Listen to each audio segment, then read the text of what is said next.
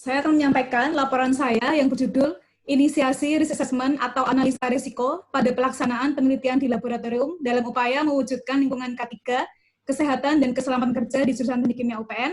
Sekilas untuk latar belakangnya, karena di Teknik Kimia UPN sendiri belum ada risk assessment, padahal ini dibutuhkan karena kerja di laboratorium itu memiliki banyak risiko kerja yang dapat melukai diri sendiri, orang lain ataupun sekitar. Nah, tujuannya ada dua, yaitu menginisiasi risk assessment sendiri, kemudian menginternalisasi nilai aneka, yaitu akuntabilitas, nasionalisme, etika publik, komitmen mutu, dan anti korupsi.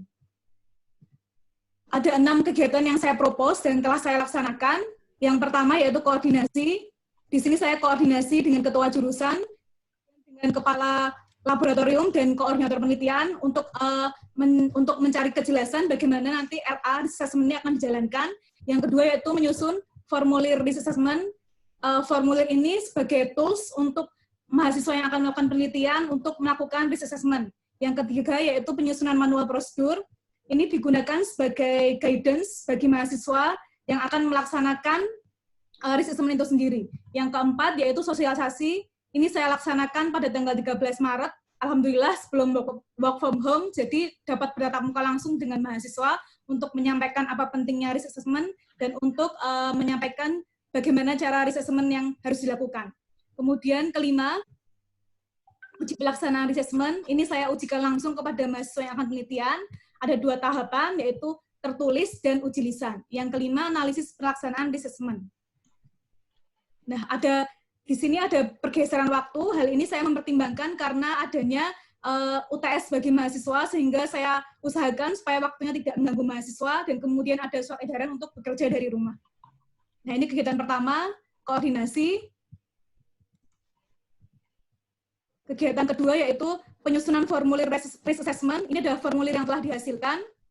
Kemudian ketiga yaitu penyusunan manual prosedur. Di sini telah disahkan oleh ketua jurusan yaitu Bapak Dedi, dan sudah digunakan guidance sebagai untuk pelaksanaan risk assessment bagi mahasiswa angkatan 2017. Nah, ini sosialisasi risk assessment yang saya laksanakan di jurusan Teknik Kimia UPN Veteran. Di sini pesertanya adalah mahasiswa angkatan 2017 yang akan masuk ke lab, yang akan melakukan penelitian. Kemudian ini uji pelaksanaannya.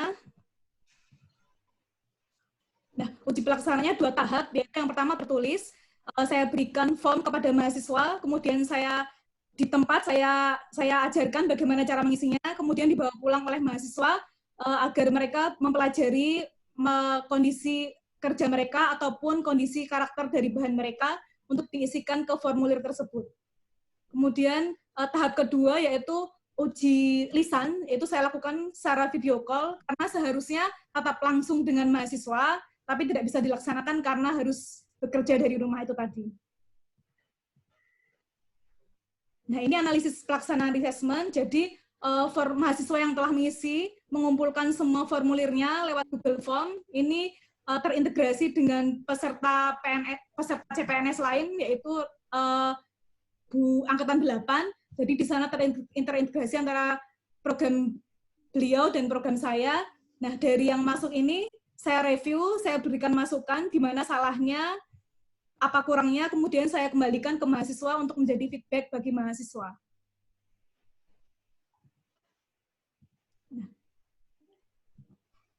Nah, dari semua tadi, dari setiap kegiatan, saya mengaktualisasikan nilai-nilai ASN, yaitu aneka, akuntabilitas, nasionalisme, etika publik, komitmen mutu, dan anti korupsi. Nah, dari semuanya dapat saya simpulkan, kegiatan telah saya laksanakan dari 2 Maret hingga 9 April, di mana outcome-nya ada 2, yaitu manual prosedur sebagai guidance dan formulir risk assessment sebagai tools untuk melakukan RA. Dan yang kedua yaitu nilai-nilai dasar ASN aneka telah diaplikasikan sehingga kegiatan berjalan lancar dan kendala dapat teratasi dengan baik. Sekian dari saya, Bu. Terima kasih. Ya. Saya serahkan ke Bu Ekarin. Baik, terima kasih Mbak Alit Istiani. Alit tenan iki kari dhewe. Tapi kalau paling belakang itu kalau nggak dapat yang paling kecil ya paling besar malahan karena turahan itu kan ya. Baik Mbak Alit. Kalau paling belakang ke-20 ini Pak Bangket, nggih. Untuk selanjutnya kami mau berkenan sekali lagi Bapak Mentor, Bapak Dedi Hermawan, waktu kami aturkan Pak. Monggo Bapak. Oke, terima kasih Bu Ekarini. Jadi ini yang dikerjakan oleh Mbak Alit ini, itu tugas akhir mahasiswa tetapi penelitian. Ya. Nah, kalau Mbak Wibi tadi kan skripsi, perancangan pabrik, studi literatur. Kalau Mbak Alit ini penelitian, tugas akhir penelitian yang dilaksanakan di laboratorium. Nah, kalau yang Mbak Alit ini baru, Bu. Jadi perlu saya sampaikan bahwa sebelumnya memang belum ada yang namanya risk assessment untuk pelaksanaan penelitian agar bisa terwujud kesehatan dan keselamatan kerja, kan intinya itu. Jadi mahasiswa sebelum melaksanakan penelitian itu harus paham betul akan K3, kesehatan dan keselamatan kerja, itu yang penting. Nah, maka Mbak Alit ini mengambil topik untuk membuat semacam manual prosedur sehingga menginisiasi risk assessment ini. Dan alhamdulillah sudah dapat respon yang baik ya Mbak Alit ya dari mahasiswa maupun dosen. Nah, namun kan lagi-lagi kendala COVID, jadi kita tidak ada penelitian di lab ini sekarang. Semuanya dari rumah. Nah, kendalanya kan itu. Penelitian di lab juga belum bisa dilakukan. Tetapi presentasi hasil penelitiannya bisa dilakukan via daring seperti ini. Nah, untuk ke depan, jadi risk assessment yang sudah dirancang ini akan kami terapkan, terutama bagi mahasiswa yang akan melakukan penelitian di lab, dan satu lagi sebenarnya, praktikum juga. Nah, kan di laboratorium itu tidak hanya penelitian, tetapi juga praktikum. Bahkan praktikum itu mahasiswa semester 1. Nah, itu sebaiknya juga mendapatkan pengetahuan ini.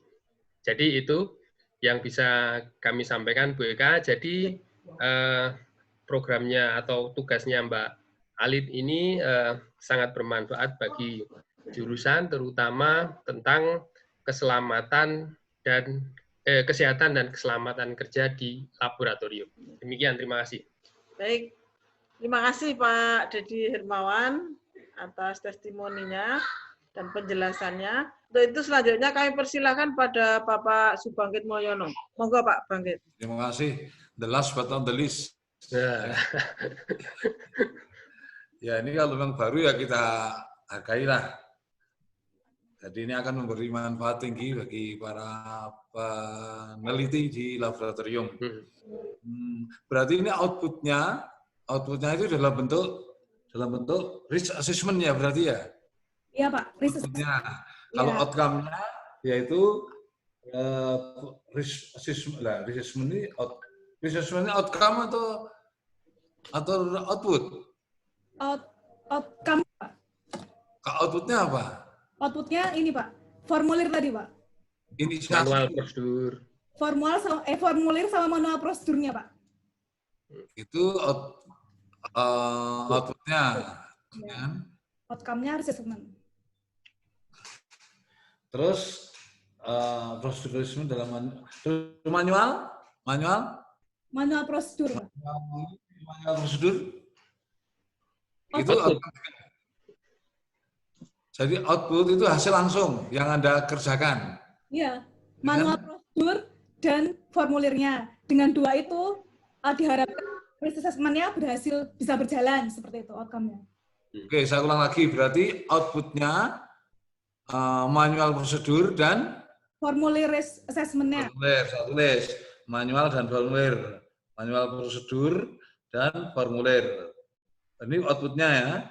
Kemudian outcome-nya ini risk tadi ya? Ya. Output-nya jadi analisis resiko. Risk assessment ya kan? Risk assessment risiko ya kan? Iya. Analisis resiko.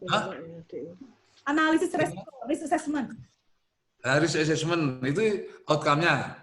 Nggih, Pak. Ini saya pegang loh, kesimpulan Anda agak sedikit berbeda nih. Kesimpulan Anda kan terlaksana inisiasi risk assessment, ya kan?